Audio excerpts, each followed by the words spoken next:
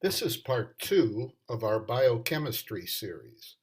Today we'll be talking specifically about proteins, the nature of these proteins, their primary, secondary, and tertiary construction, the sequences in a protein, enzymes, competitive and non-competitive inhibition, and denaturation.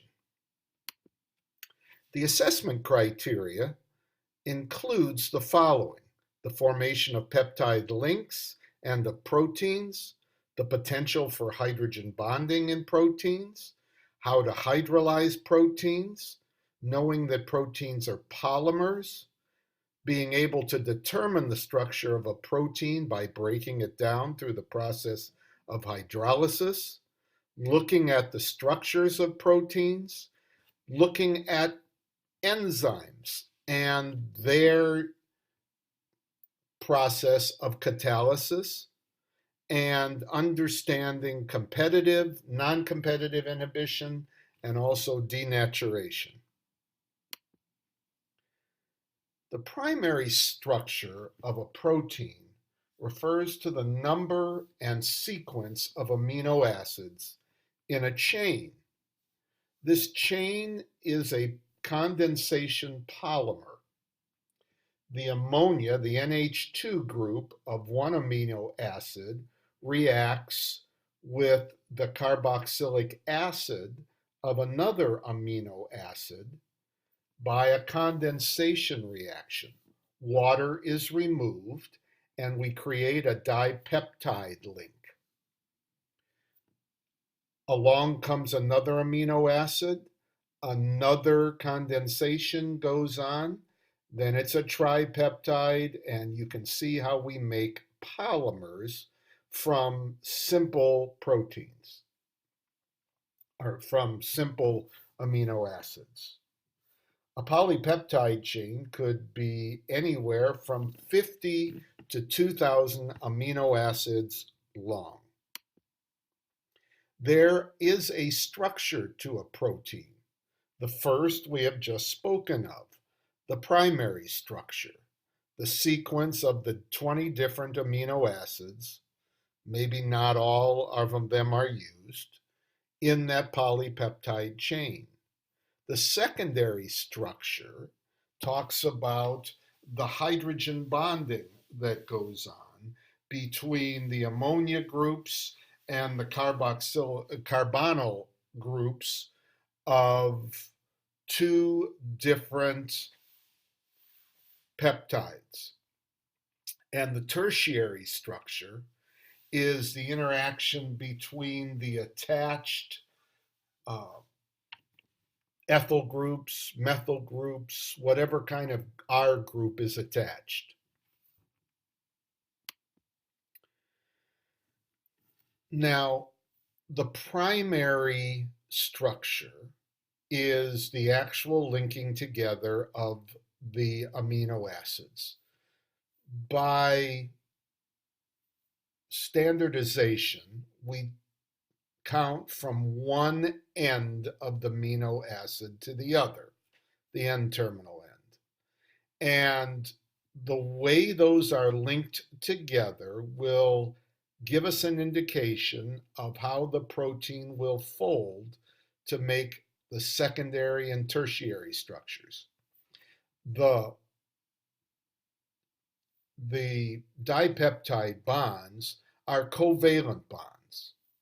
The secondary nature of a protein is where there is hydrogen bonding going on between one peptide group, ammonia, and the CO group of another peptide. To give form to a protein, there is a backbone of atoms that run along the polypeptide chain. It's called a backbone. This backbone twists around in a spiral, and the NH and CO groups of each peptide bond, as you can see in the picture, are involved in hydrogen bond formation parallel with another CO or NH of the other peptide chain.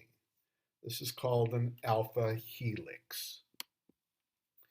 There are other ways that hydrogen bonds can be formed. If you have different polypeptide chains, such as in silk, you can have a beta pleated sheet. So we can have alpha helixes and beta pleated sheets. Now, hydrogen bonding in proteins is like hydrogen bonding in any other situation.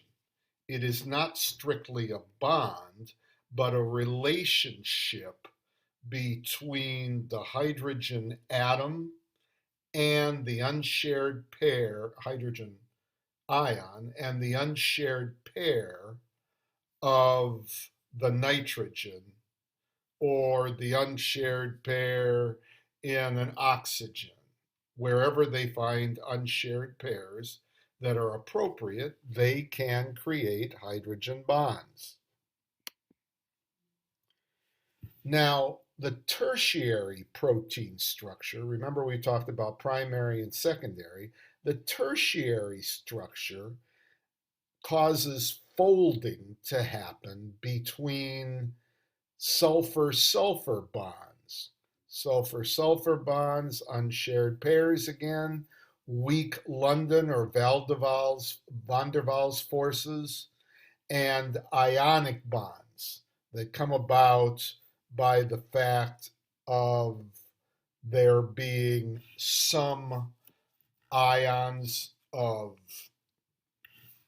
metals or some other part of this protein. For example, Hem, that has ferrum as a transition metal, and ionic bonds can come about between as a function of salt bridges. Now, you saw that proteins were condensation polymers. If we can force a water between the NH group and the carboxylic acid group, we can break down that protein. And we can break down that protein into its original carboxylic acid and amine. Denaturation can break down proteins by adding specific chemicals or salts, especially salts of heavy metals such as lead or mercury.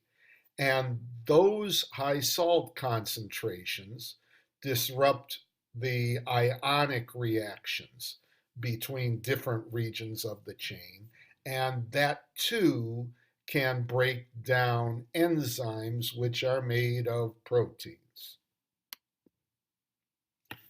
Now let's review what we know so far.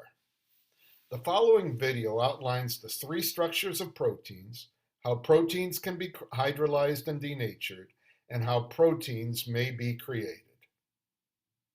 Mr. Anderson, and in this video I'm going to talk about proteins. Proteins are incredibly important because that's what we're made up of. When you look at me, you're looking at my proteins. We just completed the Human Genome Project and we figured out the DNA in a typical human, but now we're headed into what's called the Proteome Project, where we try to figure out what are these proteins made up of and what do they look three-dimensionally.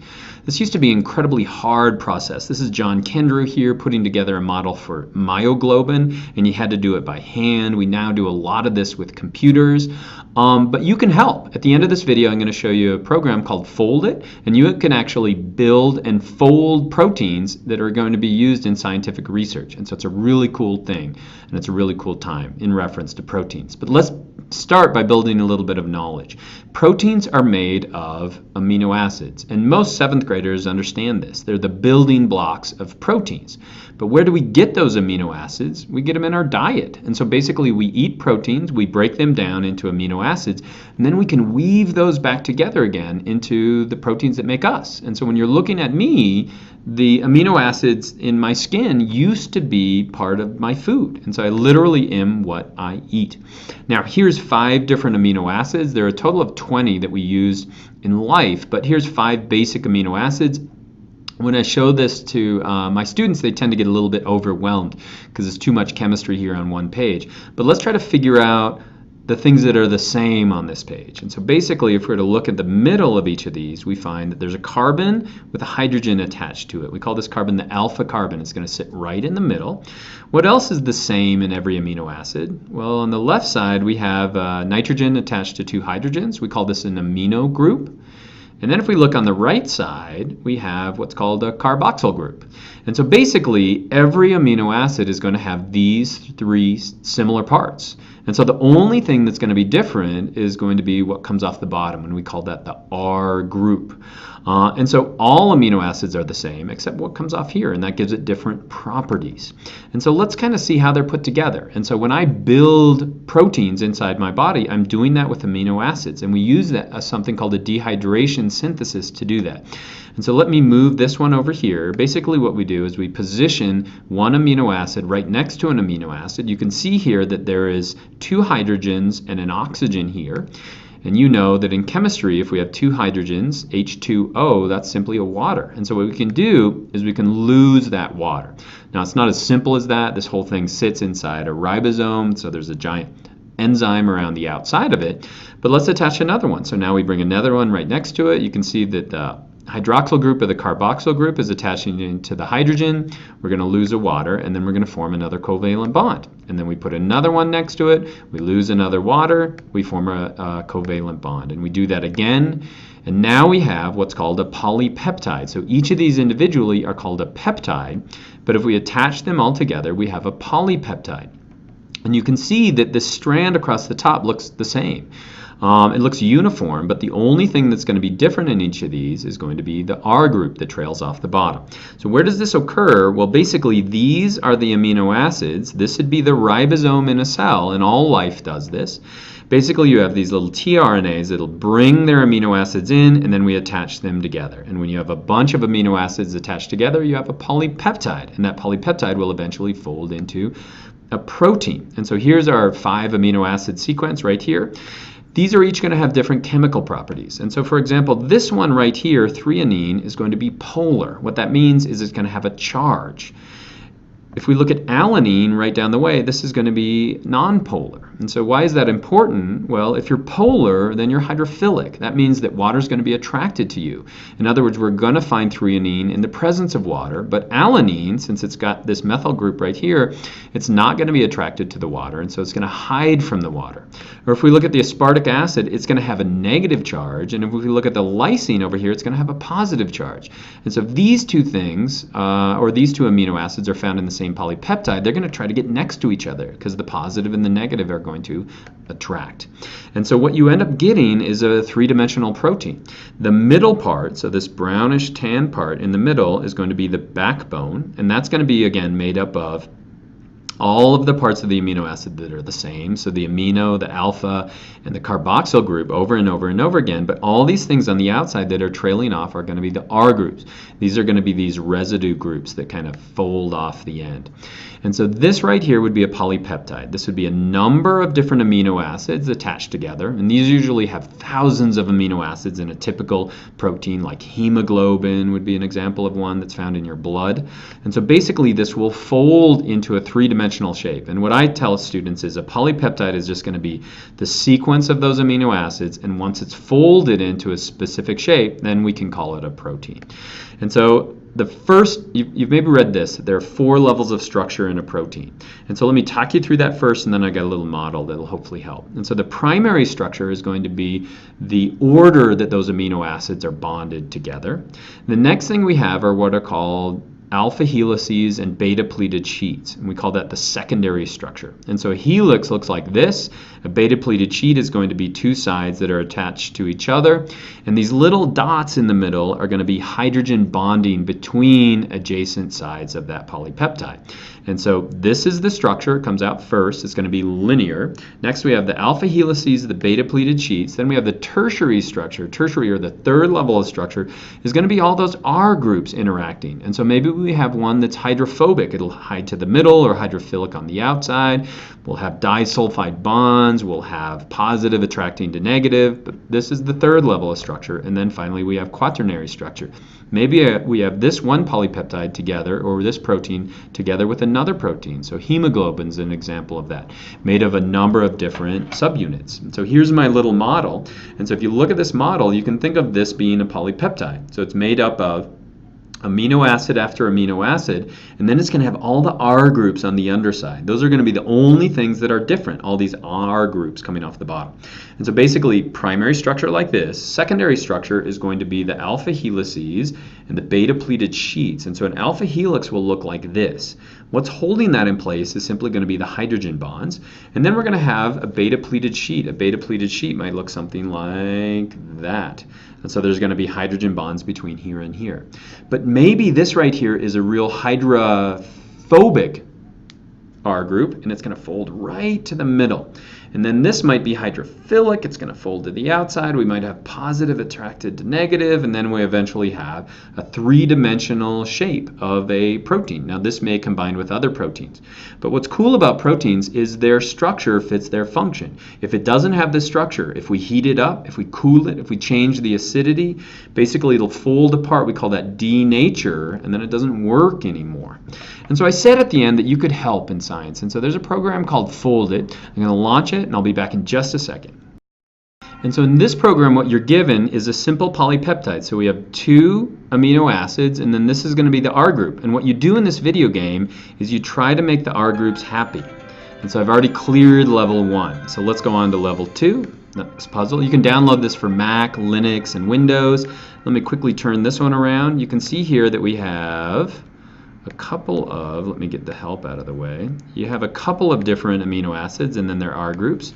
I can pull those apart, and they're going to be a little bit happier. And then I can clear the level. And so what are you really doing as I play this game? I could talk. Basically what you're doing is learning the rules of protein folding. But these problems are going to get harder and harder and harder. You can see an alpha helix here. And so what you can do is you can get really good at folding these proteins. And what's neat about this is people are playing Fold It hour after hour after hour. And it hit the news last year where a couple of protein folders, probably a team of protein folders, decoded the shape of a really important enzyme in HIV infection. And so it's plausible that in the future, gamers are going to win a Nobel Prize for the work they do on protein folding. Because now, how do we do protein sequences? Well, the first thing we have to do is to determine the number of different polypeptides. Then we can cleave the protein's disulfide bonds. You saw how we did that on the previous slides. Purify each subunit, and then we can determine which amino acids made up that protein. Catalysis by enzymes can be up to 2,000 times faster than normal catalysis in inorganic chemistry. And it's done with enzymes by a lock and key model. As in any lock and key, you must have a key that works for that specific lock, or the lock won't open. There are many grooves or pockets on a substrate that an enzyme must fit into for catalysis to occur. This lock and key model was first proposed by Emil Fischer in 1890. You have to have the active site, and you have to have the enzyme that fits the active site.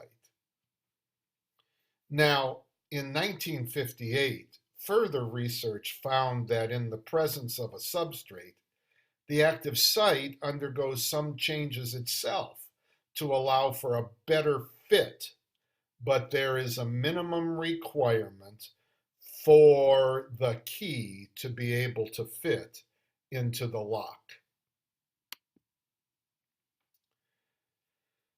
Now, inhibition of enzymes can control the mechanism, can act as a control mechanism in a cell. A competitive inhibitor is just a chemical compound that is an imitator. It takes the place of the enzyme so that the enzyme can't fit in the key, or the enzyme can't fit in the lock. Now, competitive inhibitors bind to the active site, but you can overcome the inhibitor by increasing the concentration of the normal substrate. So there is a way around it. Non-competitive inhibition works along with the lock and key idea, but it stops the enzyme from placing its key in the lock. A non-competitive inhibitor might just react with a part of the site so that the enzyme, the substrate, can't fit now into the active site and make the substrate and the enzyme work together. Here are some questions to start your thinking. Why are proteins made from condensation polymers and not addition polymers? We studied addition polymers. Why does it have to be condensation polymers? And also, why is protein important in the diet of human beings? Does protein have something to do with making proteins, eating proteins, making proteins?